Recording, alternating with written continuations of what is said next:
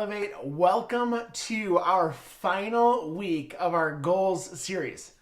Now, we have been talking a lot about setting and achieving our goals, big goals, small goals, and even God-sized goals. And everyone watching this has achieved something before. Maybe you have done something like, winning a championship or improving your grades. Maybe that's a goal you might want to set. Learning a new skill, finishing a big project, making it through a big challenge, whatever it is. We've been talking a lot about setting and achieving our goals. But we couldn't wrap up this entire conversation, I guess, without talking about these important words. Thank you. Thank you is a phrase that you'll say pretty often, but today we're going to talk about how important this phrase is when it comes to our goals. Now, if you've missed the last few weeks, we've been following the story of this guy named Nehemiah and his will and determination to rebuild the walls of Jerusalem. And here is a pretty quick recap or overview of that. So long ago, city of Jerusalem was destroyed by an enemy army. God promised the Jewish people that they would one day return to Jerusalem. The Jewish people slowly began rebuilding the city, and although people were living in Jerusalem, Nehemiah learned that the walls were falling down. Nehemiah wanted to repair the walls and honor God and protect his people. So the king allowed Nehemiah to return to Jerusalem to build a team that would eventually rebuild the walls, but he faced a lot of opposition. And despite mockery and threats of violence, Nehemiah and his team continued rebuilding the walls. And in case you forgot, there were two reasons why Nehemiah really cared so much about rebuilding these walls. First, without these walls, God's people would be vulnerable to another attack. And second, the city of Jerusalem was deeply connected with the Jewish people's relationship with God. And so rebuilding the walls would be a way for them to almost honor God. So Nehemiah was eager to see the nation of Israel obey and turn back to God. So the sooner he could complete the wall, the better. So after months of praying and planning and preparing, recruiting a team, and standing strong in the face of opposition, the walls were finally rebuilt in just 52 days. The completion of this building project was a huge deal. Nehemiah had accomplished his goal, and that was worth celebrating. And I think we can learn something from the way Nehemiah celebrated. Now, the entire book of Nehemiah is 13 chapters, but a very large part of the remaining 5 chapters talk about the way that they celebrated. To celebrate the completion of the walls, Nehemiah threw a party. But it wasn't a party for himself. He teamed up with Ezra, who was the city's priest and teacher of the law and scripture, and they organized a big worship festival to honor God rather than themselves.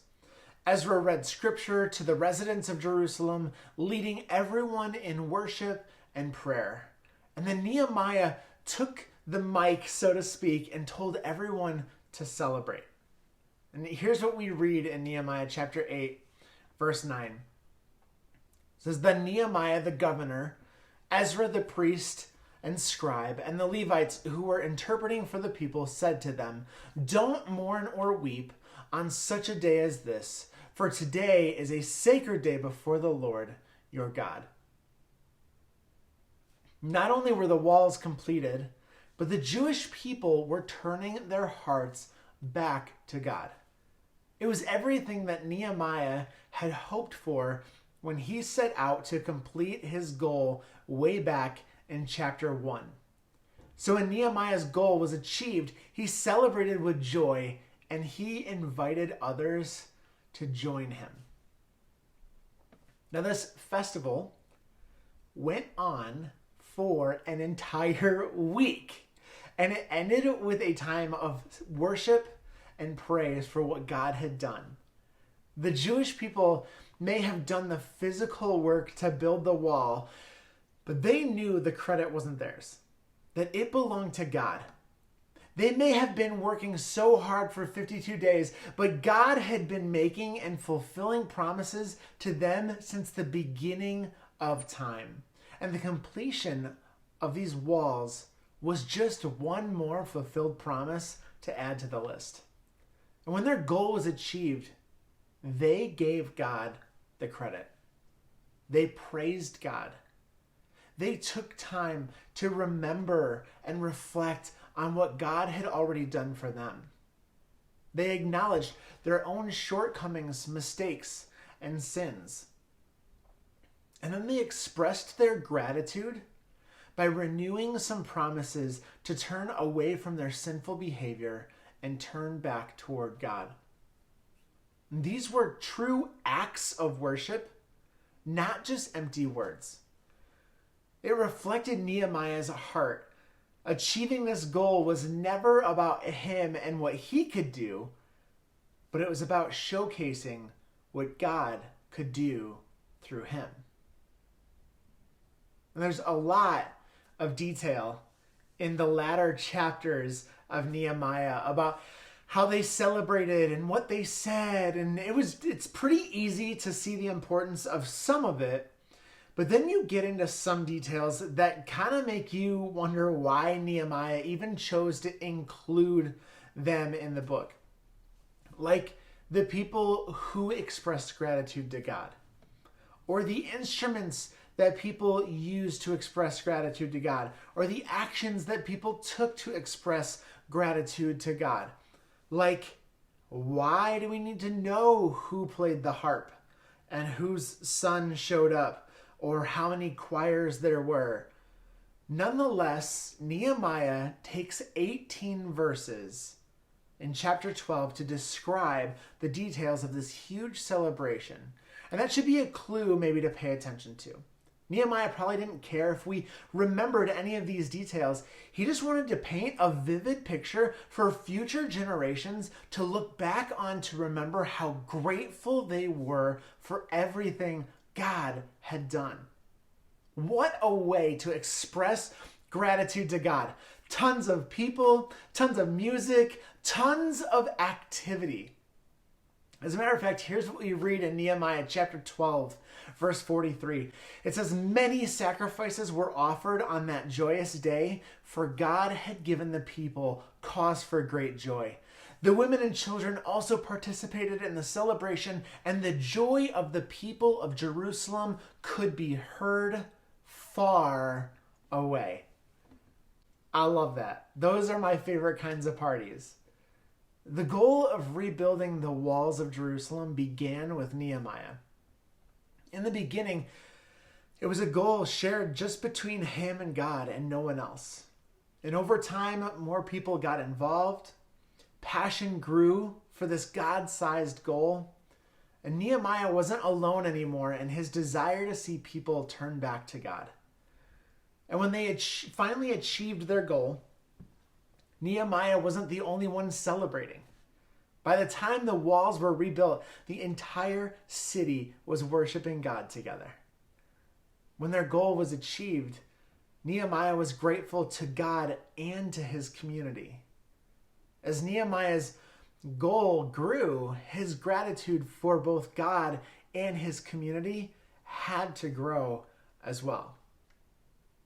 Whatever your goals are, how can you grow your gratitude right now? What can you celebrate with joy? What progress have you already made? How have you grown? How have you seen God work? You don't have to wait until the end of a project to be joyful about its progress. How can you give God credit? This is really about asking ourselves, how can we put God on display through our words and our actions? And who do you need to think? Is it God? Probably. Is it a friend, a family member, a mentor? Who has helped you grow and achieve your goals recently? And how can you thank them? Remember that our gratitude reflects the attitude of our heart. So when we set out to accomplish small goals or big goals or even God-sized goals, who are we putting at the center? Who are we putting on display? Is it ourselves or is it God? And as we close this series today, I want you to think about the goals you've already achieved, or maybe you're just still working on achieving.